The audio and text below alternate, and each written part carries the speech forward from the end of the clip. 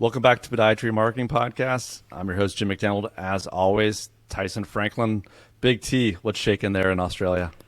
Well, Big Jim, it's always awesome over here in Australia, as it is in your part of the world as well. And I like it when we start the podcast, and we're never always perfect. We'll do the introduction, and one of us will just give each other a really blank look where our mind has gone somewhere else. And unfortunately, today that was me. So I do apologise. I mean, that makes up for like the 7 or 8 times that I've, ummed or awed or said something kind of off color, all those, after all those great intros you give of me. So it's totally understandable. You're forgiven. Just don't let it happen again, because I don't know what's going to happen to our show. So I shot a video the other day, and it took me it was only a 2-minute video that I ended up uploading. And somebody commented afterwards and just said, "You make your videos look so easy. How do you do it?" And if they had seen the 7 takes I did before that, I reckon if I put them together, the amount of me yelling at the camera and getting upset with myself and going, "Come on," saying the occasional thing, I reckon people get an absolute laugh out of it. But it's not always easy. But at least with audio, I find audio so much easier, because you plug in and we're ready to rock and roll. So we should get on to today's topic before I keep rambling on. that's okay. I mean, I want to see that blooper reel on Facebook at some point. If you could post that, that'd be appreciated. But beyond that, Facebook would ban it, I think, some of the things I said. Well, on that note, what's the topic for today? What do I get to grill you about today? Today's topic is marketing timeframes, which I think is super important, and probably people don't really give it enough thought on timeframes of when they're doing marketing. No, that'll be great to kind of touch base. We're kind of nearing the end of the year, and it's time to get those juices flowing as far as like planning, and, for the future for 2023. Previously, we talked a little bit about this. Do you want to kind of go into like what we talked about? I think it was back on episode 33. Yeah, well, back in episode 33, we spoke about having a yearly marketing plan, which, like you said, as we're heading towards the end of the year, even though a lot of people will start, gets to October, November, and they starting to slow down. But to me, that's when you really should be trying to ramp up and think about what you're going to be doing next year, really planning ahead. So episode 33 was developing a marketing planner and creating a roadmap for the next 12 months. And if you wait until the 1st of January or the 2nd of January to start planning what you're going to be doing that year, you're probably already too late. You should be thinking well ahead. So the marketing planner was based around that, and the idea of having a yearly marketing plan was just to give you some direction on where do you think you're going to be heading over the next 12 months. But everything is set in sand. You can make changes whenever you feel like it. It's not set in concrete. And what I always say, the only thing set in concrete is Jimmy Hoffa. Certain people will find that funny. Other people will have no idea what I'm talking about. And you smiled, Jim, so you know the joke. Yeah, I'm aware of the mafioso connection there with Jimmy Hoffa and how he's maybe buried under a stadium somewhere in New York, New Jersey. But for the rest of the world, they probably don't get that one. That's okay. I know, but it's look up Jimmy Hoffa on Google, have a bit of a read of it, come back, listen to this episode again, and you'll find that joke really funny. So within your yearly marketing planner, there's certain things you need to think about. And it might be a specific topic, for example. So it could be fungal toenails. It might be heel pain. You might want to talk about. It could be running problems. So what you want to do is find specific topics. Now, it's great to have these topics, but what you don't want to do is have 52 different topics over 52 weeks, because it will confuse your patients no end. If you're talking about fungal nails one week, wherever you happen to be doing your marketing, and then the next week you're talking about running injuries, patients are going to go, hang on, I thought last week you were talking about something else, and then next week it's something again. There's no consistency in the message that you're doing. So the timeframes is really about setting a set amount of time that you're going to pick a particular topic, subject, problem, and you're going to hone in on that over a number of weeks. So it could be 4 weeks, it could be 6 weeks, it could be 8 weeks. It just depends what you want to do. And a perfect example was, we used to, every January, February, we would do a campaign, the party's over and it's time to exercise. That was our campaign. So for an 8-week period, all through January, all through February, we based it around, most people have set New Year's resolutions. I'm going to get fit this year. This is it. This is the year that I'm going to lose, I was about to say 10 kilos. We'll go with 20 pounds. Everyone knows what 20 pounds looks like. But a couple of weeks in, it starts, the New Year's resolutions are gone. And that's why we came up with the campaign. Party's over, and it's time to exercise. But a sore feet stopping it. And we had this whole campaign. We did it in print. We did it online. We wrote blog articles.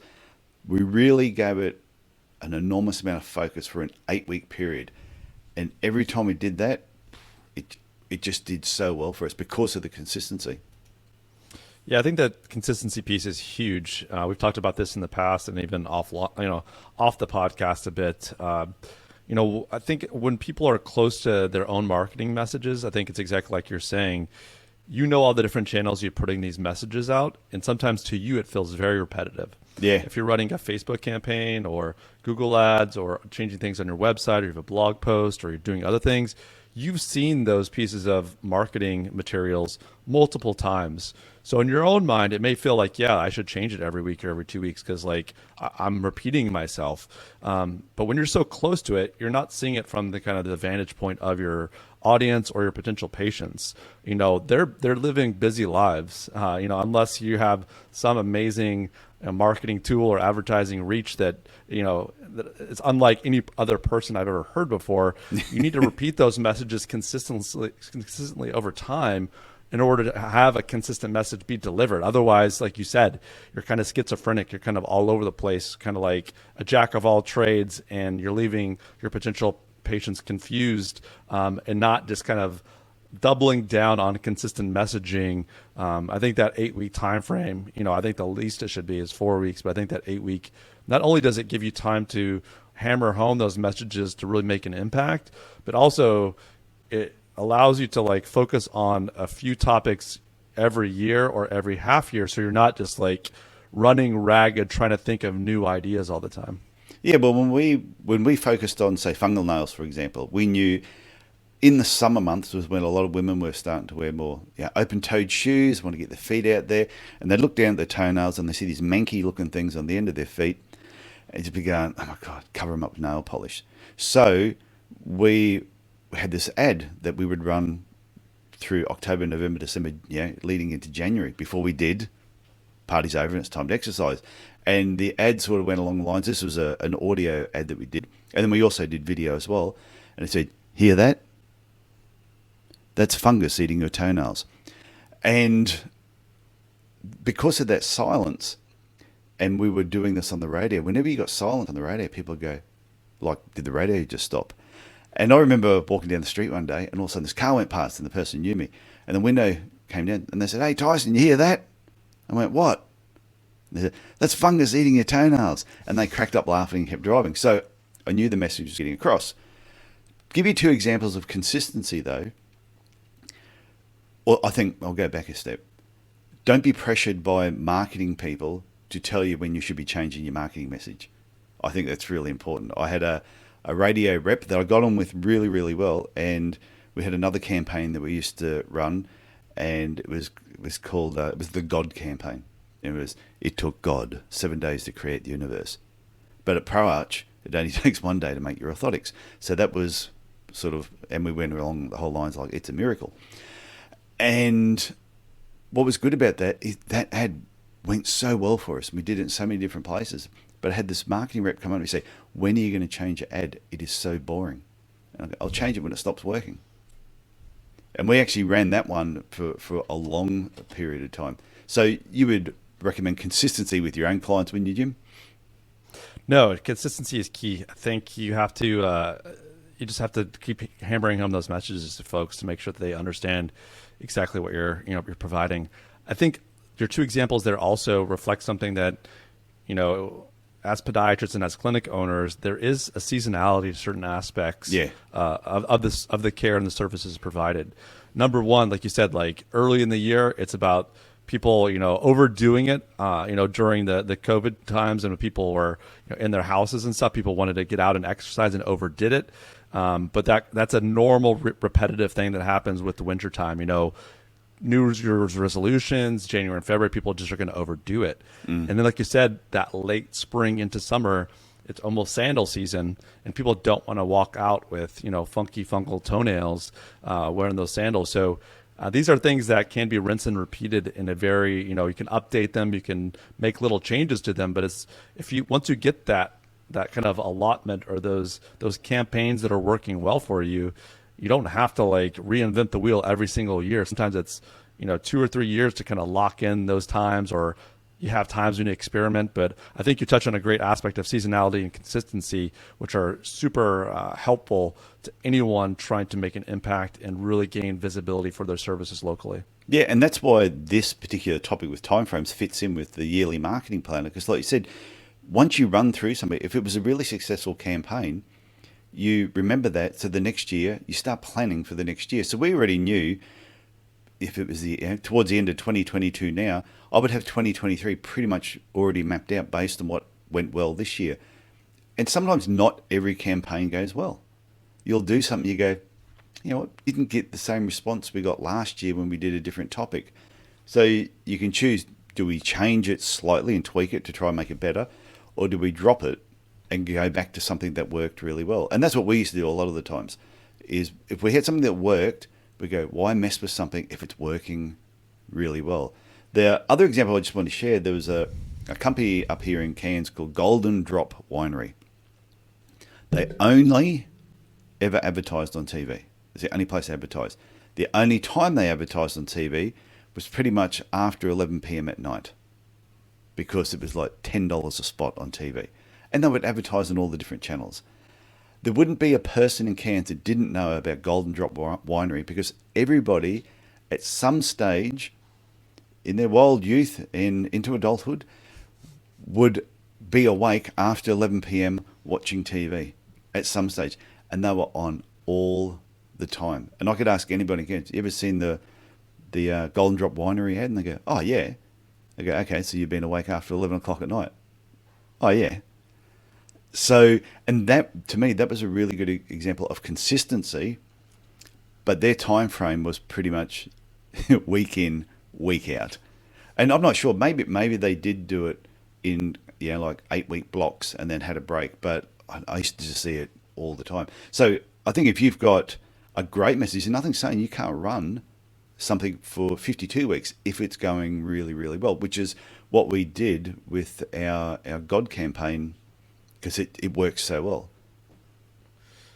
That's another great aspect of consistency I think you're bringing up here. And you're not saying it directly, but you're kind of hinting at it. And that is, if you're just doing things sporadically, you're never going to have a consistent source of data or information in order to make wise decisions about where you spend your money, what's working, what you should double down on. When you're just, jumping from either marketing campaign, or like you stay with a certain provider for 3 months and then switch out. Yeah. That consistency and that data you gather about what's working and it's not working, it's almost like compound interest in a way. It's like that information compounds, and then you can see, like, if you've done 3 years of marketing or in your 4th year, you can go back and look at, what is that first of the year campaign? How did we tweak that in 2021 or 2020, and what worked? What were the situation? What was happening then? It just gives you more information to make solid decisions, as opposed to, like you said, just being consistent, jumping around, and you're never going to make good decisions when you don't have good information or that consistent messaging kind of in place. It doesn't have to be perfect right away, but you can make up for a lot of imperfections with that consistency. Yeah, and it definitely doesn't need to be perfect. I've said it multiple times. 80% out the door is better than 100% in your drawer. So if you've got an idea and you're thinking, should we run this for 4 weeks, 6 weeks, 8 weeks? Start with 4 weeks and see what happens. And if you're getting really good results because you've been looking at the data, the feedback, the type of patients that are coming in. And that's why it's really important to just stick with something for a certain time frame and just keep running with it.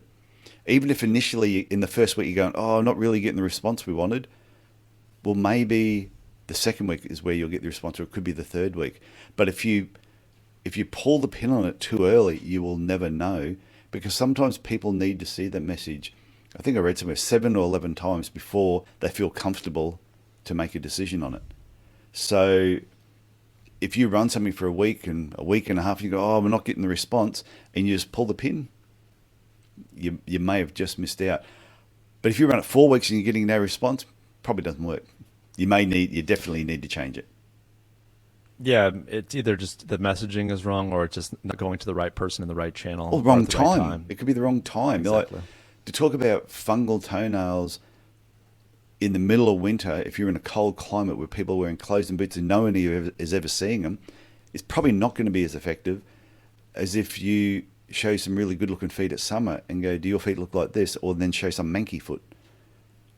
And they go, oh yeah, that's how mine look. It's really embarrassing. And you drive that pain point home at the right time. So it could be the same campaign, but if it's at the wrong time, it's like here in Cairns, we laugh when, because it rarely gets cold here, but because we have certain national companies that have shops right across the whole country, and next thing they're selling big woolly coats in some of the department stores. You just laugh and go, unless you go down south, no one's going to buy it. And then they're doing promotions on TV up here about some big woolly coat, and you go, it doesn't get cold here. We don't need that. So it's timing, it's placement, but really comes, I think the time frame is the key to it all. Don't just keep chopping and changing and being inconsistent with your message. No, I couldn't agree more. I think having that, kind of for our audience that's, looking forward to 2023, now is the time to consider those time frames, consider those topics, look and see what's important to you in your practice and to your patients. And definitely utilize some of those sage advice that Tyson has provided here today, and about how to get there and make that progress. Yeah, and don't just look at what your competition is doing either. If you think of other businesses outside of podiatry and think of the businesses that have had the most impact on you or the products you've purchased from them, sit down and think, wow, did I just see their ad once somewhere, their marketing once, and then went, yeah, I'm going to go and buy that car? Or does a new model come out, say, with the motor vehicle, and they push that ad, that marketing over a long period of time because you need to see it multiple times before you make a decision? Now, that's a big ticket item, so you definitely need to see that more often. But just think of some of the things you've purchased recently. Did you see it once and go, I need to buy that?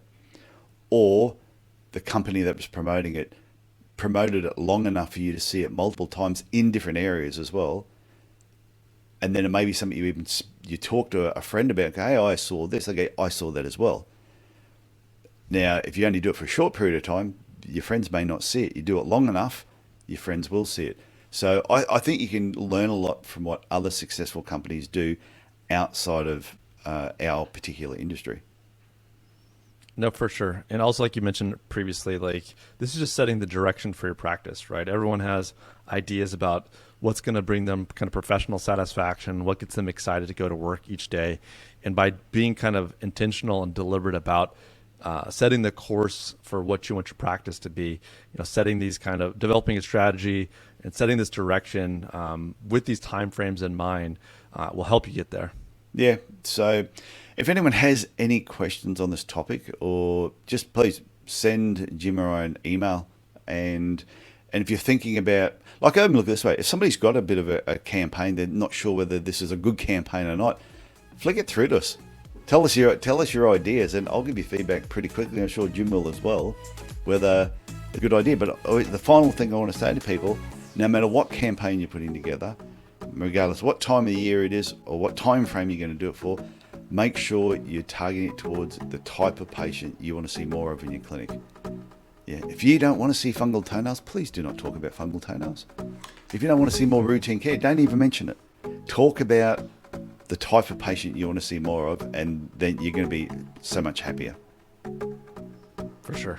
Totally agree. Okay, Jim, I'm going to talk to you again next week. All right, Tyson, sounds like a plan. Oh, before we go, give us a hint. What are we going to be talking about next week? I think we're going to be talking about every person over 45's favorite social media platform. Oh, okay. I'm looking forward to that one. I think I know what it is, but I'm not going to say anything. Okay, I'll talk to you next week. See you Okay, guys. bye.